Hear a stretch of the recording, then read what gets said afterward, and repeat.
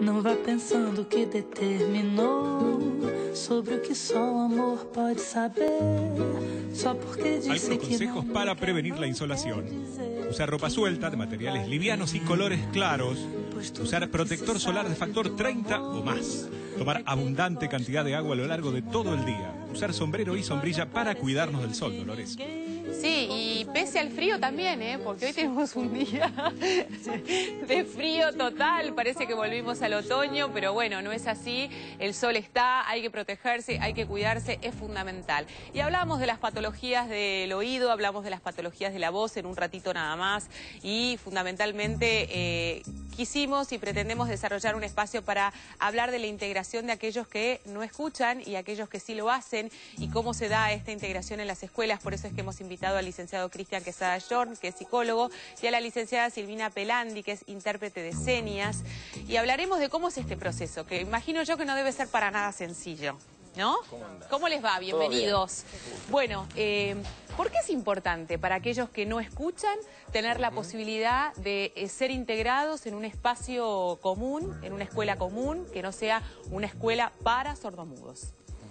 Bueno, nosotros somos psicólogos y trabajamos en una escuela integrada con adolescentes, sordos y adultos en el horario de la noche, en donde se ve la necesidad de lo social, ¿no? Sobre todo cuando llegan a la adolescencia es necesario que estén con pares, pero a la vez están en una sociedad donde la mayoría de la población obviamente son oyentes. Entonces, esto se da que antes no había escuelas, solamente estaban las escuelas especiales, entonces lo que había era una inserción, mal llamada integración, donde insertaban al sordo en una escuela. En esta escuela lo que se intenta es que el sordo pueda contar con los recursos para poder llegar al conocimiento y a estudiar. Al igual que los otros. Al igual que cualquier otro. Entonces ahí están oyentes y sordos. Comparten una misma aula. Todo. Con un profesor y un intérprete de lengua de señas. Sería una pareja pedagógica. Ah, perfecto. Lo mismo que nosotros vemos en la televisión, Tal cual. Se da en la escuela. Exactamente. Por cada materia, en cada curso, tiene un intérprete de lengua de señas que interpreta exactamente todo lo que el profesor dice, todo lo que el alumno dice, o la comunicación que se crea en un aula, como cualquier escuela. Y por ejemplo, los chicos terminan, aquellos que son oyentes, ¿terminan aprendiendo el lenguaje de señas? Sí, eso en realidad es parte de la integración que se va dando naturalmente, porque lo aprenden en la vida cotidiana, en el querer comunicarse con el otro, y sin dejarnos de olvidar que la persona sorda, hipoacúsica, no es muda, entonces también pueden hablar, pero hay siempre esta necesidad de la lengua de señas y de querer comunicar. No se le obliga al chico que estudie sí o sí lengua de señas. Lo que sí le damos la posibilidad que ellos puedan adquirir esta lengua de señas. Hay muchos chicos también dentro del curso, hay chicos sordos implantados, chicos sordos con audífonos, chicos sordos que adquieren además lengua de señas. Lo que buscamos es que estén todos en conjuntos y estén más integrados, ¿no? No, y el tema del respeto, ¿no? Del respeto de mirar al otro, por ejemplo, de saber que es fundamental que uno lo pueda mirar a la cara para que él tenga el recurso de leer los labios, y que inclusive cuando uno atiende lo que le está pasando al otro tiene mayor posibilidad de comprender, porque como decía recién ella, el sordo tiene posibilidad de hablar, no es mudo. Posiblemente resulte difícil al principio adaptarse al sonido, hacerse el oído de cómo es ese lenguaje. Más importante que adquiera el conocimiento, no esa sobreadaptación en muchos casos. A ver, nosotros no nos quedamos con una sola postura, ni oralismo ni lengua de señas. Me parece lo más importante que cada persona es muy singular y que adquiera lo que más le viene bien a él, en cada caso en particular. Mira, yo les voy a contar una experiencia que es un primo mío que es sordomudo y que fue a una escuela especial para sordos, y que en realidad él mismo le pidió a su mamá en su momento que él no quería ir a una escuela para sordos, que él quería estudiar en una escuela normal. Y nosotros en su momento lo pensamos y digo, pero hay necesidad que él se exponga a una situación donde va a sufrir. No, él la estaba pasando mal en el otro lugar porque él sentía que quería y pretendía otras cosas de la vida y que pretendía que la escuela le dé otra historia. Y bueno, y finalmente se recibió en una escuela. Por eso es lo importante trabajar en la identidad, me parece, muy importante, desde el punto de vista clínico también, más allá de la escuela. Nosotros trabajamos en nuestros consultorios también, y lo que trabajamos mucho es el tema de identidad, de que es lo que es la persona, ¿no? Aceptar su discapacidad auditiva en cierta forma, no tiene nada de malo en muchos casos, está con mucho prejuicio de lo social también, ¿no? El deber ser oyente en muchos casos. Enorme, un prejuicio enorme. Tal cual. ¿Y es muy difícil aprender el lenguaje de las señas? Sí, para nosotros los oyentes cuesta más porque no estamos adaptados a utilizar nuestras manos. Para ellos es mucho más natural, digamos. Cualquier persona aprender a hablar o escuchar es una adquisición natural al aprendizaje del lenguaje, cuando para nosotros o para ellos aprender a lengua de señas es algo natural. Para nosotros no, es como...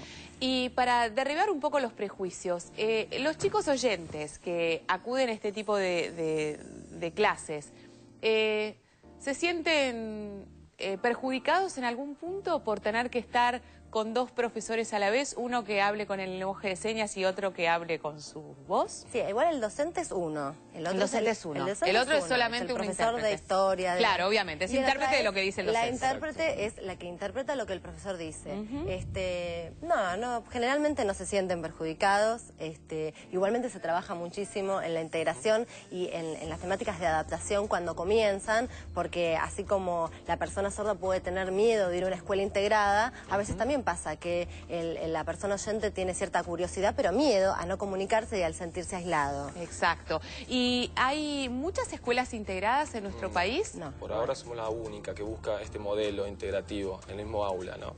¿La única? Sobre todo en el aula. Acá sí. en toda Argentina. No están, hay escuelas donde no están integrados en el aula. Están separados. ¿Por qué? ¿Porque esto no se le ocurrió a nadie antes o porque en realidad nuestros prejuicios y nuestra necesidad de diferenciar a las personas y acotarlas y ponerlas en un lugar específico es tan grande que nos nubla la vista muchas veces? Es más fácil. Es más fácil. ¿Y cuál es el resultado que ustedes ven a lo largo de los años respecto de cómo salen estos chicos y cómo se desarrollan? Es enriquecedor, creo, tanto para el alumno oyente como sordo. Para el alumno sordo es enriquecedor porque es como que se está preparando para una salida laboral.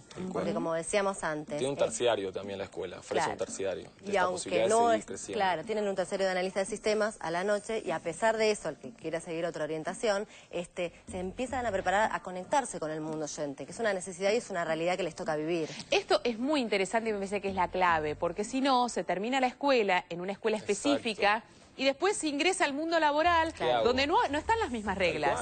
Y donde no está el cuidado específico, ni está el intérprete. Tal cual. Entonces el chico entra en un estado de angustia total porque siente que no hay espacio para que él se pueda desarrollar profesionalmente. Y para el oyente también es súper enriquecedor porque, bueno, puede empezar a valorar otras cuestiones de la vida, empezar a comunicarse con diferentes personas y, bueno, lo que se intenta siempre es, si bien se quiere integrar, es importante que la integración no hace a la homogenización.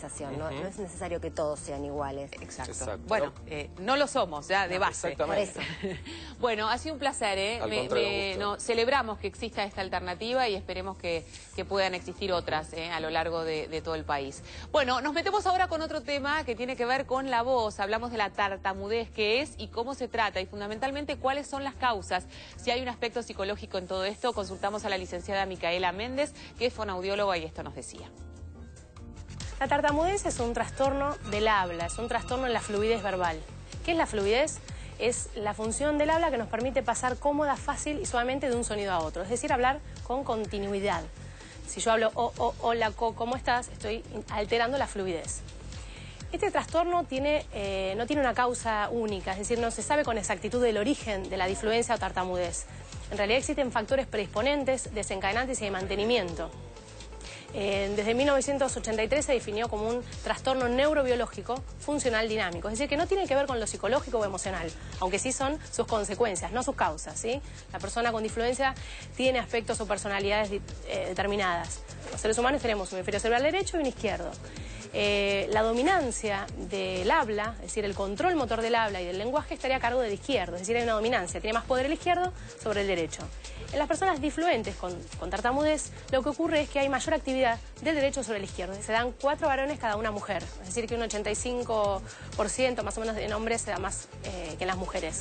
Y en cuanto a la incidencia familiar, ocurre que por una cuestión genética, hereditaria, hay el 50%, casi un 50% de las personas que tienen disfluencia tienen algún familiar con esta problemática, con esta disfluencia.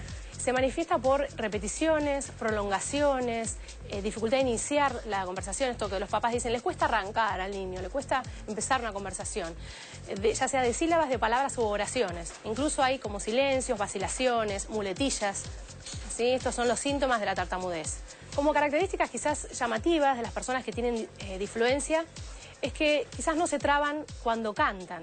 No aparece la atención cuando cantan o cuando tal vez encarnan a algún personaje, están actuando, o cuando hablan solas, cuando hablan con animales, o cuando están expuestas a un ruido elevado, ruido fuerte, en una fiesta o en un boliche, digamos, cuando el ruido está más que le impide escuchar su propia voz. Bueno, uno de los consejos primarios es tratar de bajar la velocidad del lenguaje, es decir, lentificar el habla conversacional. No interrumpir cuando el niño está hablando o la persona difluente está mediante una traba o esfuerzo para hablar, tratar de no interrumpirlos, tratar de respetar los turnos de habla. Cuando uno habla, el otro escucha, y cuando el otro habla, es yo quien estoy escuchando. Alternarlo y no hacer cambios bruscos de temas de conversación, porque esto a la persona difluente le genera miedo y le genera ansiedad y aumenta la difluencia. Otra de las cuestiones también quizás en la escuela, en el caso de los niños, tratar de, si la maestra o la docente hace alguna pregunta, a la primera persona que tiene que preguntarle es al niño que tiene difluencia y después al resto para disminuir la ansiedad. Otra de las cosas es también establecer contacto visual, que a las personas con difluencia les cuesta mucho, porque evitan el contacto visual. Y para tener una conversación amena y ser buenos hablantes es necesario contacto visual con la mirada del otro. El paciente con difluencia tiene que enfrentar las situaciones que le generan miedo, enfrentar las situaciones que le generan difluencia. Si tiene miedo de ir a pedir un café a un bar, porque esto él sabe que se va a trabar, enfrentar esa situación. Y obviamente consultar con los fonoaudiólogos, que son los especialistas en la comunicación, para hacer las estrategias y las técnicas adecuadas para tener un habla más fluida y prolongada. Bueno, conectarse es fundamental. Vamos a estar hablando también de la importancia y de la comunicación que da el propio silencio. El poder mirar al otro y poder expresarle a través de una mirada o a través de un gesto lo que te está pasando. Y eso seguramente inicia el proceso de la confianza y posiblemente inicia el proceso del habla, ¿no? En aquel que sufre de tartamudez, por ejemplo. Bueno, estaremos hablando de otras patologías en un ratito nada más después de la pausa, respondiendo también todos tus mensajes, están llegando consultas, estaremos hablando en un ratito de todos estos temas que te interesan, así que no te muevas de ahí, ya venimos. Según la ley 25.280, si sos una persona con discapacidad, tenés derecho a no ser discriminado. Grabátelo. ¿Sabías que en las audiometrías se miden dos tipos de curva? La curva de audición aérea y la de audición ósea. La curva de audición aérea está compuesta por el conjunto de tonos graves, medianos y agudos que el paciente logra escuchar en su intensidad más baja con un auricular.